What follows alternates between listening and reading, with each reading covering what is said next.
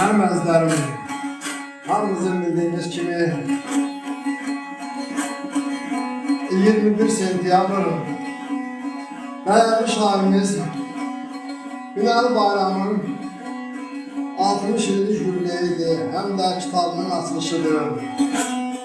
Müəyyən səbəblərə görə gedə bilmədiyimə görə değerli şairimizi 60 illik jubileyi münasibətilə təbrik edirəm. Və onu da deyim ki, şairimizin vətənpərvər şeirləri, gözəlləmələri həmişə ən yüksəkdə durur, ən yüksək dərəcədə sevilir dinləyicilər tərəfindən. Və mən də bir şeirini oxumaq istəyirəm özünün elə bu gözəl günündə hədiyyə olaraq.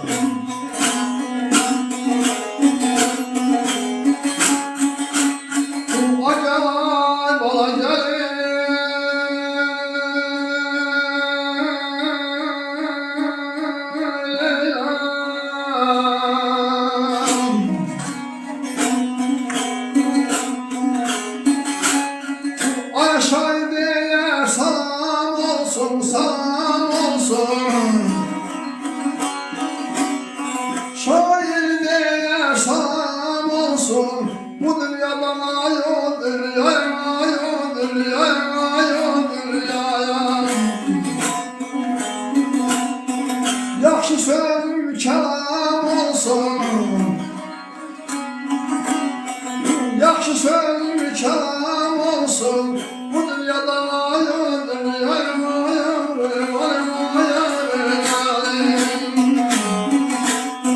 yaxşı söz kelam olsun, bu dünyadan o dünyaya, bu dünyadan o dünyaya. Şair diyer salam olsun, bu dünyadan o dünyaya. Yaxşı sözün kelam olsun, bu dünyadan o dünyaya. İlbim tək çaxmaq olmur, şəlalətə yaxmaq olmur.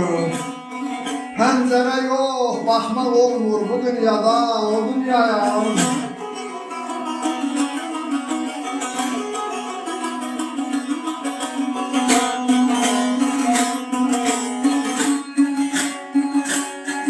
Ay dünyanın şərbətini içər, dünyanın şərbətini içər, çalışar cənnəti seçər.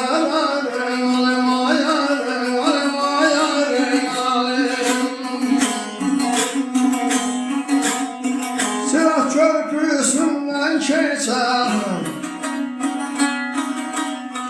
silah körpüsündən keçər, bu dünyadan ayodur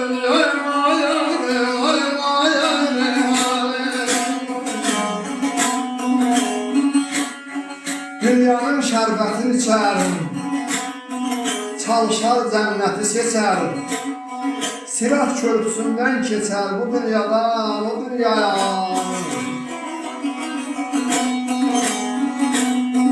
Sənə fəda olsun canım, vətəndir dinim, imanım. Keçər mənim də karvanım bu dünyadan o dünyaya.